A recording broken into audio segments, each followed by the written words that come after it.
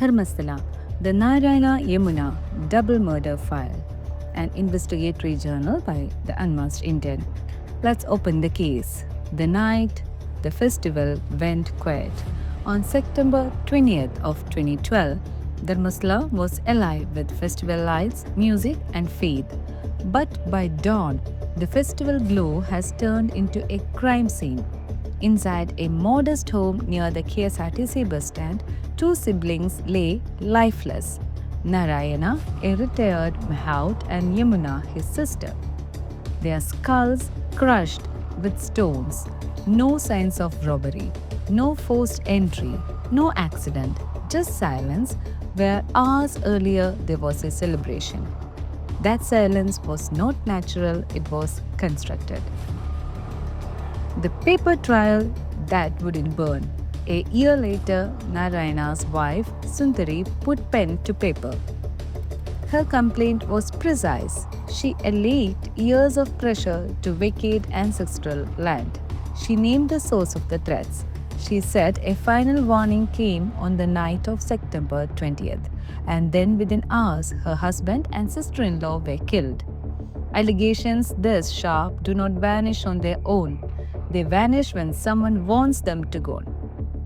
But the paper trail survived, still sitting in the system, waiting to be dragged back into the light. This clearly shows a timeline of pressure versus proof. The sequence is so simple. We'll explain this to you. Threats began years before. Property disputes lingered. The night before the murderers, a final confrontation.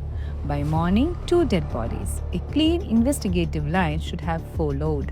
Cross-checked the threats with call records, land files, neighborhood statements. Instead, the line was blurred until it faded. The only clear thing today is this, that the timeline matches the allegations, but the proof was never ever tested. So do you imagine what will be the actual fault line? In 2025, Dharmasthala cracked open. Allegations of mass burials and secret disposals shook the image of a sacred town. The SIT was called in. Suddenly, Narayana and Yamuna's murders were no longer just a forgotten crime. They became a fault line.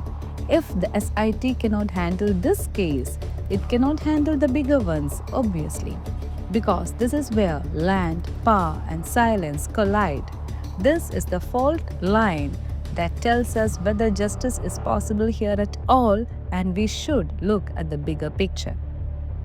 What authorities must pull now is that if the SIT is serious about this, the evidence is not in the rumors but in the files.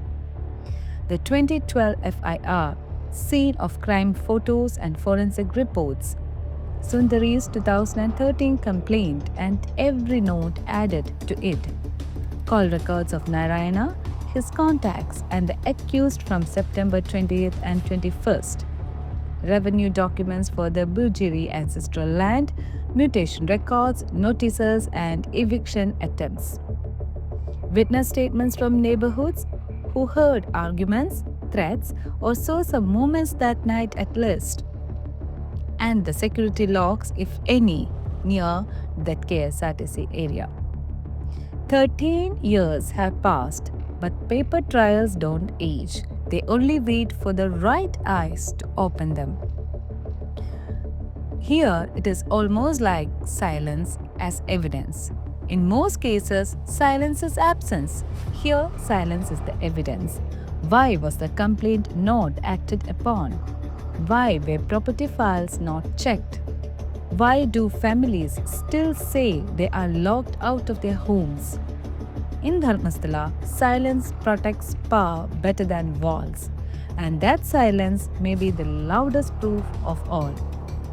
The digging will not stop.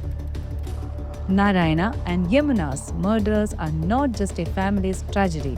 They are a test of whether Dharmasthala can face its own shadow. 13 years later, their children demand answers, and so do we. Because evidence is not just buried in the earth, it is buried in files, in registers, in silence, and until those are opened, the case remains alive still. This is the Unmasked Indian, and we will keep digging.